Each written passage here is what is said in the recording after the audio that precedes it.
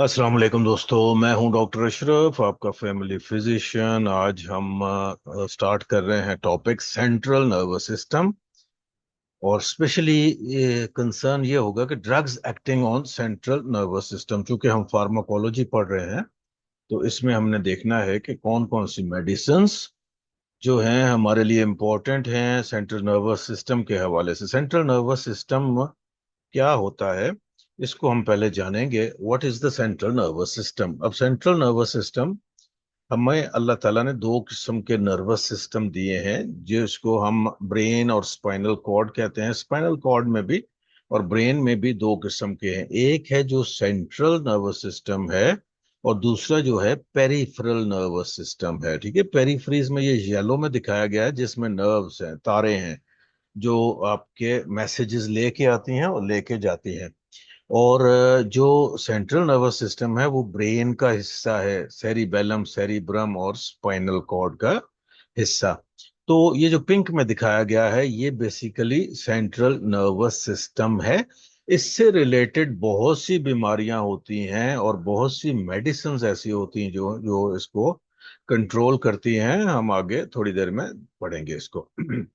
Drugs affecting the CNS. अब drugs acting on the CNS में भी दो किस्म की हो सकती हैं, टू काइंड्स, डिप्रेसेंट्स और सीएनएस स्टिमुलेंट्स। ठीक है, डिप्रेसेंट्स वो मेडिसिन्स होंगी जो सेंट्रल नर्वस सिस्टम के फंक्शंस को डिप्रेस कर दे, उसको बुझा दे, उसको कम करे, उसको एक लेवल तक इतना कम करे कि कई दफा उसमें नींद भी आ जाती है। और सीएनएस स्टिमुलेंट मेडिसिन्स वो होती हैं जो सेंट्रल नर्वस सिस्टम के एक्शंस को, फंक्शंस को तेज करे, स्टिमुलेट करे, उसको फास्ट करे।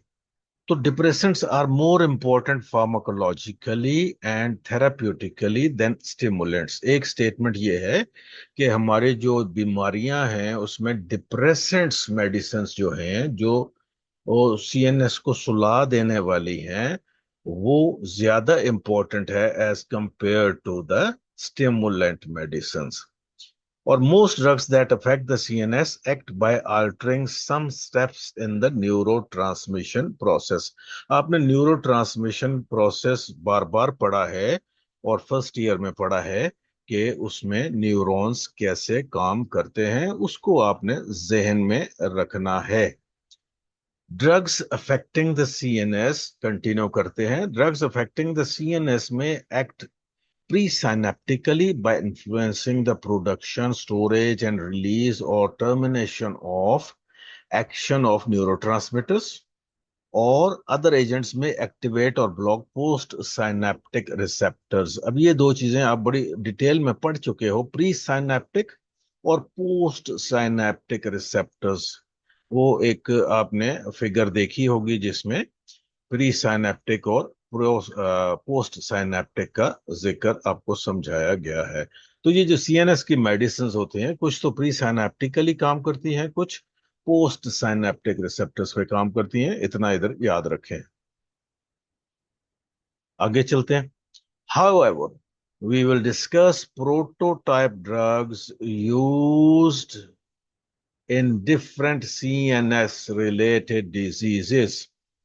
ठीक है, प्रोटोटाइप क्या होती है? वो मेडिसन जो अभी अपनी फाइनल शक्ल में नहीं है, लेकिन बॉडी में वो पहुंचकर एक कन्वर्जन का स्टेट में जाती है और प्रोटो से जाके वो नॉर्मल में आ जाती है। यानी कि प्रोटोटाइप से वो दवाई असल फॉर्म में आ जाती है, जिसने जाके न्यूरॉन्स पे एक्शन करना होता है। अब ड्रग्स कौन कौन सी होंगी? ऐसी होंगी जो कि न्यूरो डीजेनरेटिव डिसीजेस के लिए होती हैं। ऐसी मेडिसिन्स जो एंग्जियोलिटिक और हिप्नोटिक्स होती हैं। ऐसी मेडिसिन्स जो सिंपल सीएनएस स्टिमुलेंट्स होती हैं। दूसरी एंटी डिप्रेसेंट्स होती हैं। न्यूरोलेप्टिक ड्रग्स होती हैं। एंटी एपिलेप्टिक ड्रग्स होती हैं। मुश्किल मुश्किल नाम आ गए, इनको समझते हैं। Neuro degenerative disease, neuro nerves, जो हमारी नर्व्स को डीजेनरेट करने वाली बीमारियां, डीजेनरेट का मतलब है तबाह करने वाली, उखाड़ बिछाड़ करने वाली बीमारियां जो कि दिमाग के अंदर होती हैं, उनको हम न्यूरो डीजेनरेटिव डिजीजेस कहते हैं। इसकी एग्जांपल बड़ी कॉमन है, पार्किंसोनिज्म, आगे चल के पढ़ेंगे। एंग्जियोलिटिक एंड हिप्नोटिक्स, एंग्जियोलिटिक वो हैं जो एंजाइटी की बीमारी में दवाइयां दी जाती हैं। लिटिक का मतलब एंजाइटी को तोड़ने वाली बीमारियां, सो एंजाइटी को रोकने वाली या खत्म करने वाली बीमारी, दवाइयां। और हिप्नोटिक्स, हिप्नोटिक्स वो होती हैं जो स्लीप इंड्यूस करती हैं, नींद के लिए आती हैं। एनेस्थीसिया के लिए हमें हिप्नोटिक्स की यूज करना पड़ता है। उसके बाद आती हैं सीएनएस स्टिमुलेंट्स। सीएनएस स्टिमुलेंट्स कुछ बीमारियों में हमें दिए नहीं पड़ती हैं, जैसे कोई डिप्रेशन का शिकार है तो उसमें, और एंटी डिप्रेसेंट्स ये तकरीबन एक जैसी होती हैं।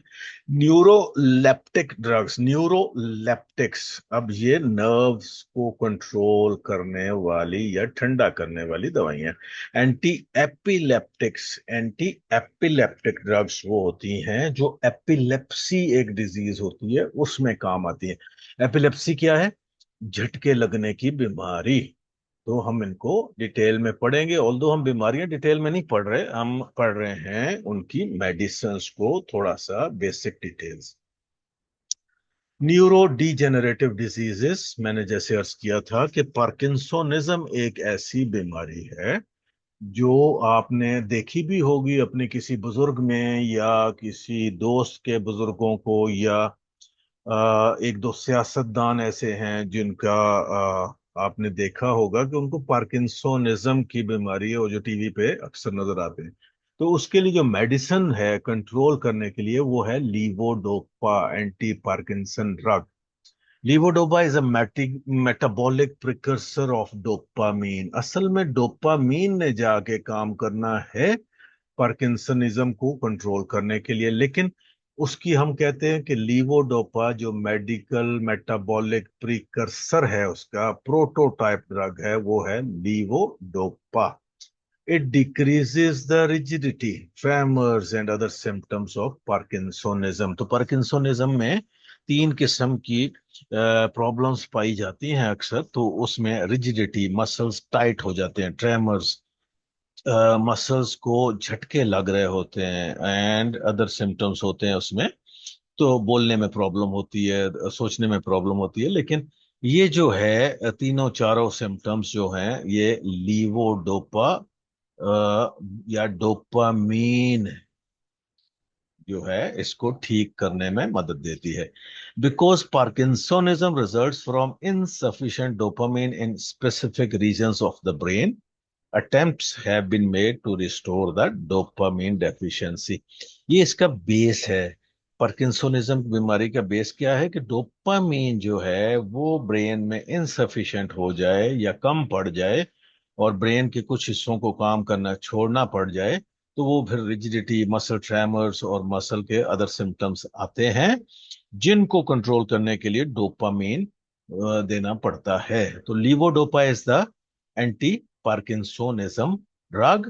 प्रोटोटाइप ड्रग है जो कि जाके बॉडी में कन्वर्ट करती है डोपामीन में, डोपामीन जो है असर करती है, तो फायदा एंटी पार्किंसोनिज्म का होता है, यानी कि पार्किंसन की बीमारी में ये डोपामीन देना जरूरी है।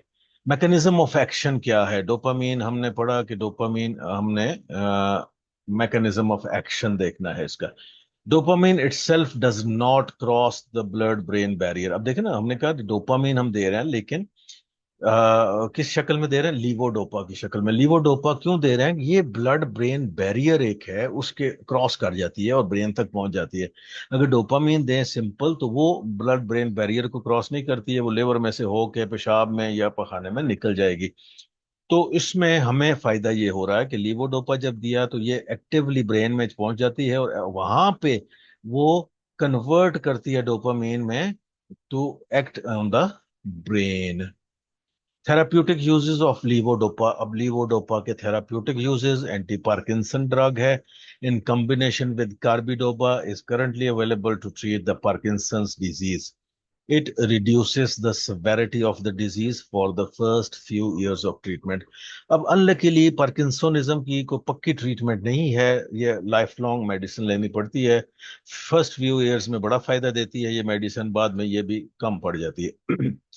फार्माकोकाइनेटिक्स ऑफ लीवोडोपा, अभी हमने पिछली चैप्टर्स में पढ़ा फार्माकोकाइनेटिक्स।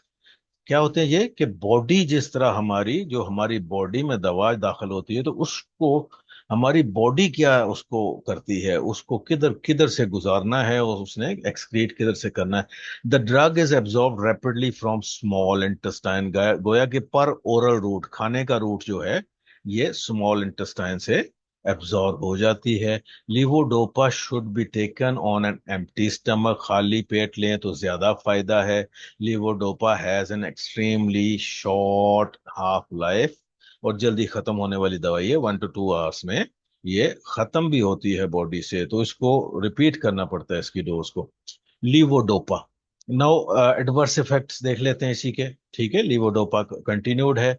एडवर्स इफेक्ट्स देखने हैं, पेरिफेरल इफेक्ट्स जो कि उसकी एडवर्स बुरे इफेक्ट्स की शक्ल में हमें देखने पड़ते हैं पेशेंट में, वो है टेकिकार्डिया। टेकिकार्डिया हमने पढ़ा था क्या होता है, दिल का तेज चलना। नौशिया, नौशिया क्या होता है, उल्टी की सी कैफियत, लेकिन उल्टी आए नहीं, वो बुकाई जिसको बोलते हैं। वॉमिटिंग, उल्टी, असल में उल्टी आ जाना। उसके बाद हाइपोटेंशन कर सकता है ये। हाइपोटेंशन का मतलब है नॉर्मल से कम ब्लड प्रेशर का होना, जो कि जिसकी वजह से बहुत सारे सिम्टम्स डेवलप हो सकते हैं। और brownish colour of saliva and urine कर सकता है।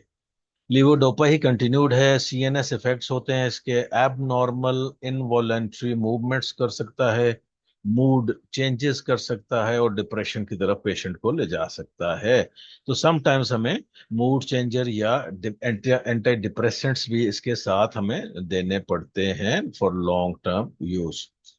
Thanks for being a very nice student, आपका बहुत शुक्रिया, आपने मेरा साथ दिया।